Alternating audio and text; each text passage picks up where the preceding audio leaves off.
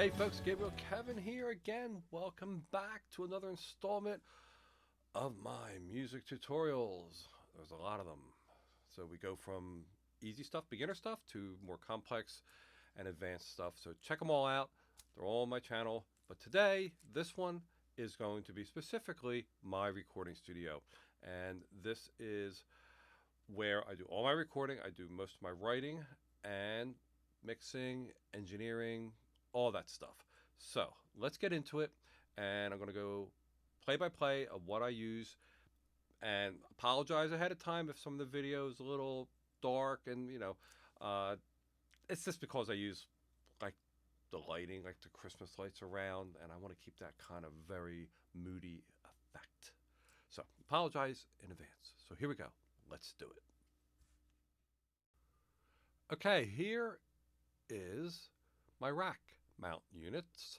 And first of all, below is the Studio 192, which is my audio interface that goes into my DAW, DAW, Digital Audio Workstation. And it's really cool because it's very digital. And if you look at my other tutorials, you'll see, especially on the recording side, you'll see the actual GUI interface, the software that is associated with this. So I do not have to come down here and turn any knobs, except that big one there, which is for the overall volume for the monitors. But actually all of it can be operated from the software. And this has 8 inputs. 2 are in the front, 6 are in the back, and there's 8 outputs. And it's awesome. It has a really nice metering there for you to see if you're peaking at all. And it has 2 headphone jacks, which are to the right. You really can't see them. And they have individual volume controls. Right below that is my Tascam CD playback and recorder, which I just use for practice purposes.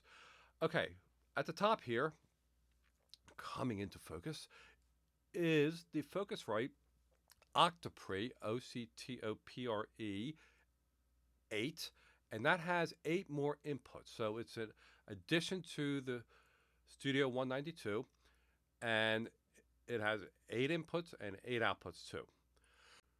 And it is tied together to the Studio 192 by an optical cable. So it's very simple. Just plug in the opticals and they interface together. So when it's in my DAW, I see 16 inputs. And the additional 8 are called ADAT, A-D-A-T, but they're just the same thing. They're additional inputs. It has a meter on it. They each have individual volume or the gains coming in. And the next thing, which is really important, is that rack you see right there. And that is a very simple XLR to XLR. It's a female to male on the back. So why do I have that? Because on these interfaces, all the inputs where you plug your cables in are in the back of the Studio 192 and in the back of the Octopre 8. I don't feel like getting on the ground, because this is on my desk down to the left where I'm sitting, and anytime I want to change cables, I have to go in the back and move the cables around. So what I did was I got this neat little unit here. Sorry, it's going out of focus. And all the inputs for all the 16 inputs come out of the back of this guy. So this guy has these little cables, XLR cables, that go into the inputs of the 2 units. Then all I got to do is plug into the front of that. Just plug into the front of it, and there it is. Now, the reason why the 2 are taped on the side, if you look below, the Studio 192 has the 2 inputs, the first 2 inputs in the front. So I don't use them. I use them, and then everything after that is down the line, and I can just plug in right there, and I don't have to go behind anything and do anything. So it's really good. So anyways, that's that. Now we're going to move on to the other units in the rack. And I don't have a lot because there's not a lot needed here because so much is in the DAW and there's so many plugins. Used to have, years ago, the whole rack mount unit was full of stuff because you needed your reverb, you needed your compressors and all that stuff. You don't need that anymore. But anyway, I do have a couple more things, and here they are. And sorry about the lighting, but that's just the way it is. Okay, real quick, the top one is a headphone amp. I can have 4 headphones coming out individual. So some of the outputs of the Octopre go into that. And then next one is a Lexicon reverb unit. I really don't use it. I thought I would use Comfort Reverb, but when I got the 192, it came with this. So look at my recording tutorials and mixing tutorials, and it'll show how the 192 has all that. So I've never used that lexicon. The other one below it is like the XLR one, but it's 1/4 inch, and it's really cool because what I'm doing is I'm tapping into the outputs of the Octopre and the outputs of the 192. So the outputs of the Octopre and the 192 go to the monitors, and they go to wherever I want them to go, and we'll be seeing all the monitors I use. But here, the way this is configured, I can tap into it without interrupting that signal, and I use those two 1/4 inch plugs.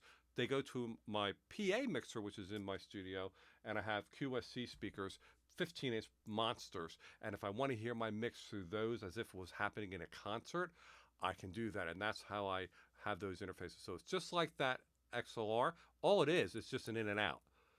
But the difference is the 1/4 inch one actually has the ability to tap in. Okay, let's go to speakers. Okay, these are really cool speakers. They're kind of old. They're called Events, and I got them because when I was going to mastering houses, one of the places had these as one of their main reference speakers, and they had big ones, and they had the NS10s and all that, which we'll get into.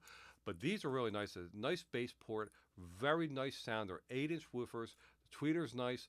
It's kind of more of a vintagey kind of sound based on the new speakers out today. But they're one of my go-tos.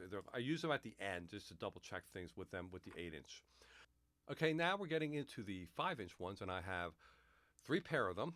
And as you know from my other tutorials, that I'm kind of freaky with monitors, so you're going to see a lot of them. Okay, and there's my monitor screen.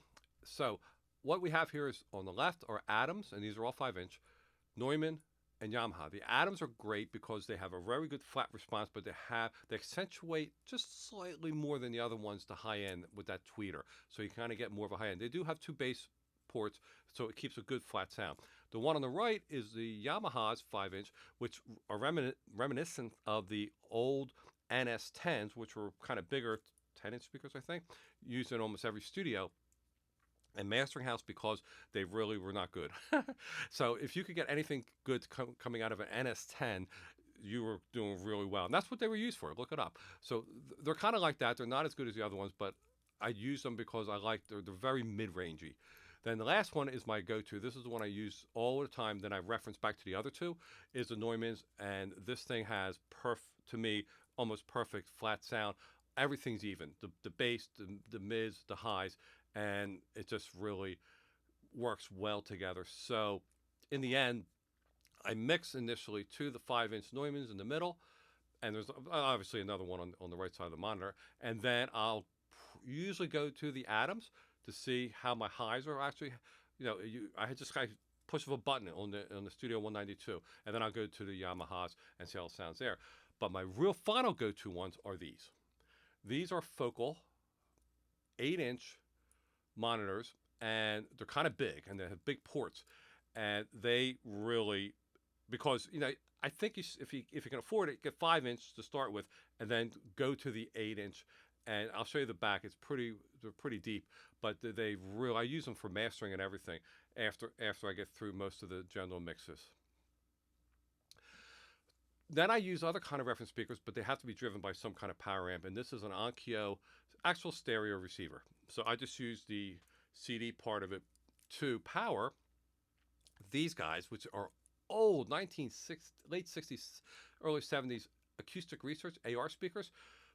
Great from the time, but I just have a certain ear for them. They're very flat sounding for stereo speakers, but they were very popular and they were very expensive back then. And I just happen to have a pair of them, which is really wonderful to use. Then I use computer speakers. So you can see the one on the left is a computer speaker. The one on the right is another different kind of computer speaker. And these give it as if I just hit a button, bam, you can hear it out of those, and you can switch back and forth to the focals and back and forth. And that's how somebody would hear it on a computer. And one of my favorites to the left of the Monkeys poster is the boombox. And I saw this in a mastering house, and I can switch right to a boombox and hear what it sounds like in a boombox. Okay, off to vocal mics. This is my Neumann mic, and there's the foam that goes around it, and you can move those in and out. That protects the sound from coming in from outside, and it also deadens it inside. There's the pop screen. I use 2 pop screens, and there's a little clip at the top. There's a metal mesh one in the front, and in the back is a cloth one, and I just kind of like clip them together with that clip. I always protect my mics, so there's always a plastic baggie, so it's a regular baggie over the mic to keep moisture out, and the cloth in the front part of this video was for dust. It's in its shock mount. It's a beautiful Neumann mic. It's only uh, cardioid, one directional, and that's all I use right now because I'm not doing like 5 people at once, where you would get a Neumann U87, which is like $3,500. This was about almost 2,000, and I also have, which I'm not showing here, the same setup but with an AKG 414, I believe XL, and that I use for. Sometimes I use that for backing vocals because it's a little bit warmer than this one. This one's like real. You sing through this microphone. I would always recommend a Neumann or higher, but you know you have your own budget. But get a large diaphragm. If you look through there, you see the diaphragm is large, and these are condenser mics, so you need phantom power. Okay, but the difference between the two, they have the same setup with the same foam and everything, is that this one is true to life. I mean, when you sing through this or you talk through this, it's going to be as if you're actually the person there talking back when you hear the recording back. The AKG is just a little bit warmer, but that's really nice when you're doing backup vocals, or if I'm doing like a room ambient with drums. When I'm recording live drums, I will use the AKG as a room mic away from the drums to get that natural room reverb that you can mix in behind the drums. So you're not using like a rack or a plug-in reverb. You're actually using the actual room reverb that you had. So I have 2 vocal mics, a Neumann and an AKG, and they're my go-to for recording. And I actually have a Neumann for my live, but we're not doing live here. So okay, moving on. Let's go to how I mic amplifiers. So I use 2 mics. I use a Sennheiser guitar microphone, which has the E on it, upside down E, and then the famous SM57, which is just a fantastic. It's been used forever. It just has a great response for miking amps and at the same time miking drums. And I have them right next to each other, the same distance to the speakers, so that you don't get any wobble effect because sound does travel. It takes time to travel. And I usually have the SM57 more towards the cone center, and then the Sennheiser towards the edge, and I record them at the same time to 2 separate tracks, and I can then mix and match the different feel of each of the microphones and where they are, where they're positioned with the speaker. As you can see there, that one's more towards the edge. That's a Black Star HT60 12-inch.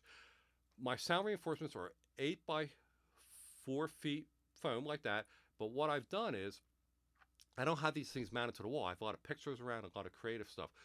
So I put little holes in it with string. You know, it's very, very complex. And these little clips, see them, that you can get from like Staples or somewhere. And since I have a drop ceiling, I can position them anywhere. And just put them in there, and then I pull them back out. And so I can surround the vocalist on, you know, on top of the sound reinforcements that's already on the mic. And I can move these around the room, or if I'm doing drums, I can position them in different places. So basically, I can put my sound reinforcement anywhere I want, and I have like 5 of these. And I use the same kind of things like this to put over the amplifier, you know, cover the amplifier when you're miking an amplifier. You should always do that, so that it kind of isolates the amplifier, and it just makes sure that no sound is getting into the back of the microphone, and that all the sound coming out of the amplifier is going into the microphone and not bouncing around the room. So, but then these I can hang, or I can take them, as I said, and put it over an amplifier, which are very cool. And if you can do something like this, it really pays off because you're not fixed to your sound reinforcement. And that's something I think is pretty cool. Okay, some of my amplifiers. This is a 1969, or I think it might be 66. I can't remember. Black panel basement amp. Unbelievable sounding. Right below it is a Fender cabinet with 2 15-inch JBLs that this thing is powering, and it is like a Jack Bruce sound, so deep. This is my go-to guitar amplifier that I use for live and for studio, Black Star. It's an MK2 HT60 12-inch. I had 2 12s, it was too heavy, but that has 3 channels in it, which is awesome. This is my 1979 vintage twin reverb with the master vine that pulls out. Beautiful sound. I use this when I want a kind of a chimey sound, or I want that old vintage Beatles sound. They use these twins a lot with the Let It Be album and the Abbey Road. This is my Vox AC30. Yep, Queen, Brian May, same thing. That's what he uses. He uses like 3 or 4 of them on stage together. And of course, I have the Brian May guitar, and it's really awesome. No, it's not his. Yeah, he gave it to me. This is my BB King Lucille, which is really cool and has the baritone knob, which I always wanted. What a great sounding guitar for blues or anything. You can even use that for metal. It is really that good. I have tons of other guitars, but we're going to move on. Okay, the pedals that I use. Oh my goodness, look at this. Okay, the front pedals are the Black Star. They operate the Black Star. There's a Vox uh, wah-wah pedal, and there's the Morley actually switches the channels. I can have both channels coming out of the Vox or individual ones. Then we have a bunch of 2 volume pedals. So there's 2 signal flows going through here. Those first 2 below are actually an organ and a mellotron. That you play a guitar, it sounds like an organ and a mellotron. That big thing is a TC Helicon Voice Live 3, which you get harmonies and stuff like that. And the middle one is a tone bender, which was used by Mick Ronson, and that is an original wire that I got from a company in the UK. What you just saw was a Paul Reed Smith, beautiful amp, has great distortion and a bunch of other pedals, and a wah-wah pedal. Awesome. Here are my bass guitars. Yes, that is a Rickenbacker. That's awesome. Fireglow Red. Right behind that is a Hofner, Paul McCartney. And then I have jazz basses, and there's also, if you can barely see it, is an SG bass, which is really, really cool, where you can really get like that Jack Bruce cream deep bass sound, and you plug that thing into the Bassman amp. Plus, I also have an Ampeg amp, which you can't see behind there. And then I have my congos, and there they are. They're really cool. Okay, the drum kit is a PDP Maple kit. It has 5 toms. This is kind of a little bit apart right here, but it's awesome. It has, see all the microphones are around it. They're in plastic to protect the microphone as normal, but there's my drum kit. Here's a 1971 Princeton reverb. Has like the great sound like the Twin. It is awesome. It is amazing reverb in it. And this one, maybe a lot of people haven't seen before, is a Sunn, S-U-N-N Solos, which was the answer, I think, from Sunn to the Twin reverb that came out with from Fender. This thing has 2 12-inch speakers. They're kind of diagonally in the cabinet. All this thing is power. It has reverb and everything, but it's power. Jimi Hendrix used to use it, stacks of them, I believe. Okay, my keyboards. I have 2 keyboards at this point. I used to have a lot more. The bottom one is a Yamaha P250 stage piano. It is heavy. I don't take it out. They say stage piano. Well, I have to have roadies, okay? That's what I would need for it. But it's beautiful. Best piano sound I've ever heard in a non-acoustic piano. This is my new one, Mod X8. This thing is amazing. It has a live set thing inside where you can set up your live play, so a keyboardist can just touch, and switch sounds and everything. It's just an amazing keyboard. This here's the new Queen poster I wanted to put in the video. I'm a big Queen fan. I'm a big everything fan. Okay, this is on my desk. These are my control surfaces. I'm using the top one. That's why it's laying on top of the other one right now. But what they are from Presonus, which makes Studio One, which is the DAW I use. And the top one is a fader port single. It just has 1 fader. But when you switch between tracks in the DAW, this will switch. So that fader is motorized. It'll move to whatever, and all the settings on that will change for the track that you select in the DAW. The one below it is a fader port 16, which allows you to, all those faders are motorized, and they'll move up and down based on as the song moves, if you have any kind of automation going on, and it's awesome. So that way you're actually using it like in the olden days where you can actually mix with your fingers and move up and down. But once you have it set, and you can move across, it's more than 16. It keeps going and going. It just you just switch it and it just moves. It's an amazing thing. So it's kind of cool to be able to do it with your fingers like that. This is my Akai MIDI controller, which is right to the right of those other fader ports.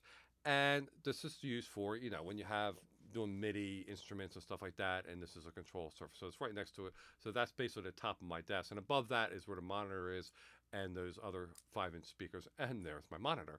And there's my webcam. So basically, that's that for the monitors. And finally, we're going to get to my back storage room where I have all kinds of stuff. We have cables and things like that, guitar cases.